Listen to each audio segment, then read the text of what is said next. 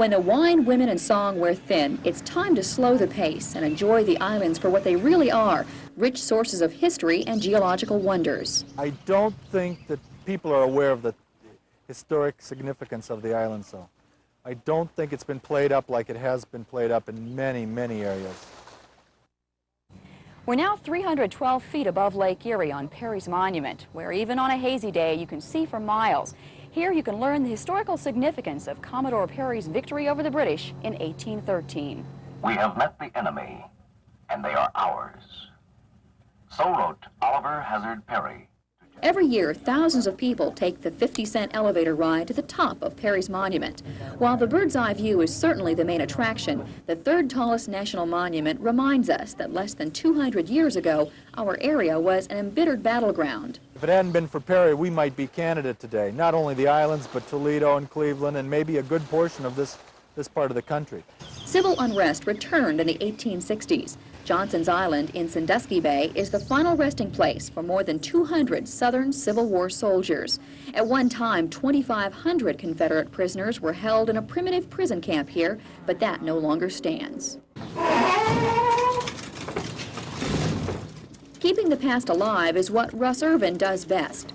The owner of a put-in-bay antique and curio shop, he's also the president of the Lake Erie Islands Historical Society. Well, I think the turn of the century was probably the most exciting for Put-in-Bay. The boats would bring sometimes 2,000 or 3,000 people at a time.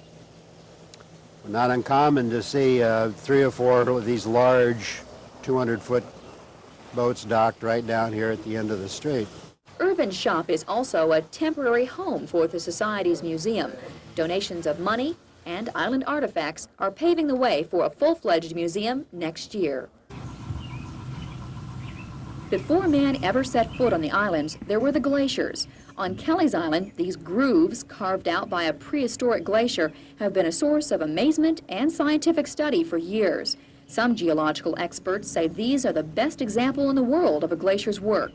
Kelly's also boasts of Inscription Rock, a natural monument that bears the scratchings of an ancient Indian tribe. We know that there were Indians out here on the islands. They have found artifacts. They have found some burial mounds. Time has nearly obliterated the surface, but a replica of the inscriptions show what the rock once looked like. Unfortunately, the message's meaning died with its writers. Watch your step!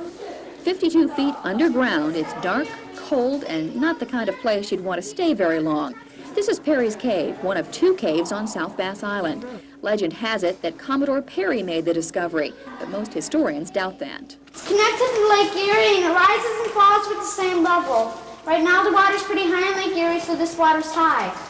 The water stays a chilly 42 degrees year-round. Marine life can't survive because there's so little oxygen in the water. Island history wouldn't be complete if we didn't mention partying. For over 100 years, people have come here to let loose. But do they go too far? We'll investigate that part of island life next week. Amy Ashcroft, Toledo 11 News.